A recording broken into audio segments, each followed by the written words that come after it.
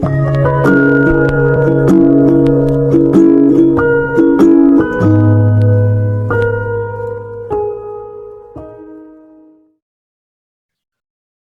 manusia punya hati.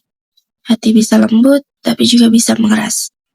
Keras hati bukan hanya soal malas ibadah, tapi juga soal bagaimana kita memandang agama itu sendiri.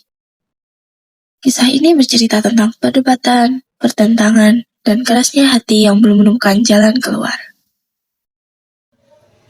Gila sih, lu beneran bilang gitu ke guru BK?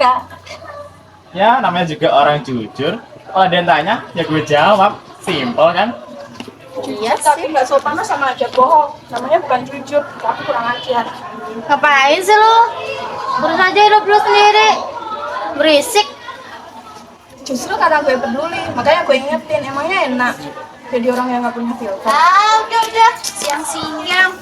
Kalian tuh berantem mulu. Capek dengernya. Habisan gitu. Laila, kalian tuh jangan begini.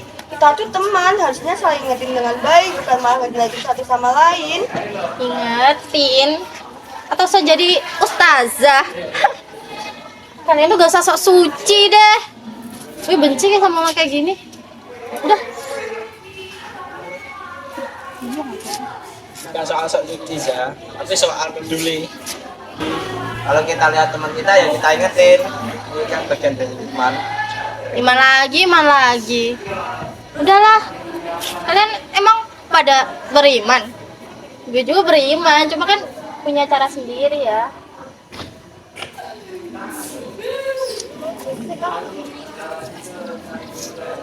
Iman itu ada dasarnya, Ra. Bukan suka-suka kita. Karena Allah kasih aturan yang sangat jelas. Nah, ini dia si Hilmi. Udahlah, kita pagi-pagi tuh dikasih tausiah gratis nih, Dap. Santai nih, santai. Kita tuh bukan orang jahat. Kita tuh cuma nggak bisa dikontrol-kontrol. Agama itu kan harusnya bikin kita hidup tenang ya. Bukan malah jadi beban kita. Iya tuh. Udah, kalian berisik. Udah. Siang tadi panas banget. Kalian berdua sih udah tahu Zara sensian masih sih kayak gitu. Kalau nggak frontal, dia dengerin nggak? Kita udah berkali-kali ngasih tahu dia baik-baik, tapi dia tetap aja ngeyel. Tapi kalau kita ngingetin mereka dengan cara ngomong yang keras tuh, mereka malah hatinya makin tertutup, malah hatinya makin mengeras bisa-bisa. Betul, Allah aja nyuruh kita berdakwah dengan cara yang bijaksana. Serulah kepada jalan Tuhanmu dengan hikmah dan pelajaran yang baik. Kalau kita kasar, yang ada dia makin menjauh. Tapi ada saatnya kita harus tegas kan. Iya, gue setuju tuh sama Hilmi. Kadang-kadang orang kayak Zara tuh harus dikasih kejutan biar dia bisa keluar dari zona nyamannya. Tapi kan kita juga nggak boleh maksa. Nah, aku juga bingung sebenarnya sikap dia tuh gimana. Tapi kalau dia nggak mau berubah, ya udah biarin aja. Kita tuh cuma bisa berusaha, Ran. Sisanya udah Allah yang ngatur. Aku makin takut deh kalau dia makin kayak gitu terus, bisa-bisa makin keras tuh hatinya. Dia tuh kayak dia yang paling kriminal banget gitu ya. Ya udahlah, biarin aja. Mereka kan baik kayak paling bener. Kita juga punya kehidupan sendiri. Kita juga gak bisa ngikutin peraturan yang ada. Aku tuh sebenarnya tuh gak masalah ya kalau soal agama. Cuma gue tuh gak suka diatur sama mereka. Karena urusan gue sama Allah sendiri ya kan. Nah itu dia, lu udah bener kok nah. Kita tuh bebas. Selagi gak ganggu orang, ya kita aman. Enak tuh udah berisik mungkin mereka. Kita kenalin aja. Kas. Kalian sadar nggak sih? Kita tuh makin canggung, kayak ada tembok gede di antara kita sama mereka. Itu karena mereka nggak mau terbuka sama kita. Kita udah pernah loh coba ngomong baik-baik ke mereka, tapi mereka malah bilang kita sok suci. Mungkin kita juga perlu introspeksi. Jangan-jangan cara kita salah. Cara kita nggak salah kan. Yang salah itu sikap mereka yang menolak kebenaran. Keras hati itu bukan soal malas ibadah, tapi juga soal menolak ajaran agama jelas. Zahra tuh tipe orang yang mikir agama itu relatif, padahal enggak gitu. Tapi Mil, kita tuh nggak bisa maksa mereka buat langsung paham seketika. Mereka tuh masih butuh proses, butuh kesabaran. Aku sabar kok Aisyah, tapi aku juga gak bisa diem aja ngelihat teman kita tersesat. Allah bilang, barang siapa memalingkan diri dari peringatanku, maka sesungguhnya baginya penghidupan yang sempit. Itu ancaman bukan main-main. Benar, kadang orang tuh butuh ditegasin, bukan cuma dihalusin doang. Nah, Lanjut.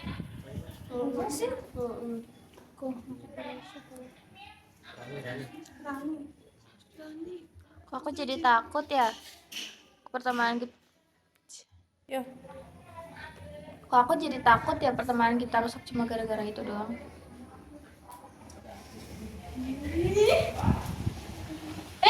Kalian ngomongin gue kan?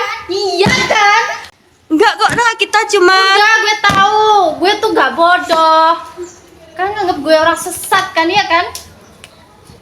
Kita gak bilang lu sesat, Ra, cuman khawatir lu tuh sering nolak nasihat, nolak ajaran agama yang jelas. Itu tanda hati yang keras. Keras hati. Gue tuh gak suka kalau kalian tuh ngatur-ngatur kita sesuai cara pandang kalian. Emang tuh kalian paling benar apa?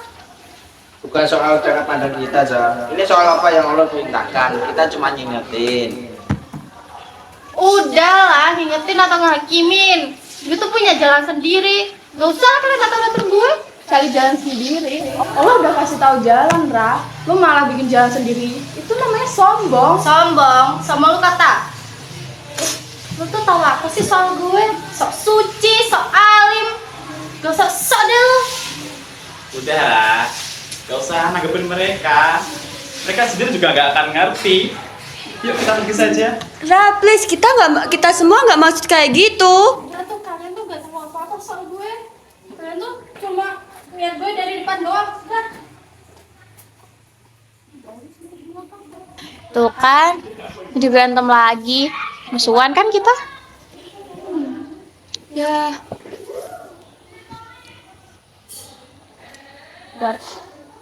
Ini ujian buat kita semua. Bener deh. Zahra sekarang udah makin menjauh. Kita sahabatannya juga udah makin renggang. Istirahat pertama akan berakhir dalam 5 Kalian udah dengar belum? Zara sama Dava nggak masuk, katanya mau pindah kelas. Apa? Serius, Ran? Iya. Bukan salah siapa-siapa. Kita semua punya bagian dalam masalah ini. Tapi kita nggak salah kok ngikutin mereka. Kalau mereka nggak mau menerima untuk pilihan mereka. Tapi ini, kalau mereka makin menjauh gimana? Makin keras hatinya. Aku juga nggak tahu ya. Aku cuma berusaha. Aduh, kenapa harus begini sih? Kenapa sih kalian nggak bisa saling memahamin aja? Mungkin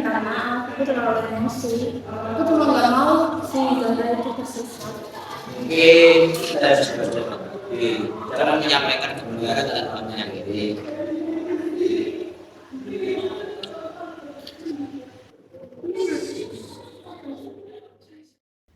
Kegiatan sekolah pun berakhir.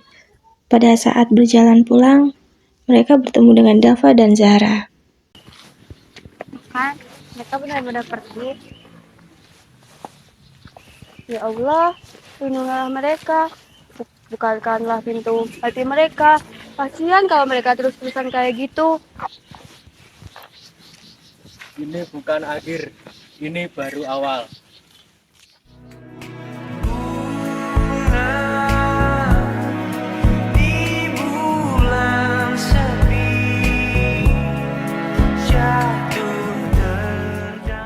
Keras hati dalam agama bukan hanya soal malas ibadah. Keras hati bisa berupa penolakan terhadap kebenaran. meragukan hikmah Allah, atau merasa ajaran agama terlalu mengakar. Dan sebaliknya, mereka yang menegakkan kebenaran pun bisa terjebak dalam kerasnya cara, terlalu memaksa, terlalu menghakimi, hingga lupa bahwa hidayah datang dari Allah, bukan dari ketegasan kita. Konflik seperti ini nyata terjadi. Tidak semua kisah berakhir indah. Tidak semua hati langsung lembut setelah diberi nasihat. Kadang, yang tersisa hanyalah jarak, luka, dan pertanyaan. Apakah kita sudah melakukan yang terbaik? Atau justru kita yang memperburuk keadaan? Yang pasti, kita semua butuh belajar. Belajar menyampaikan kebenaran dengan hikmah, dan belajar membuka hati untuk menerima kebenaran.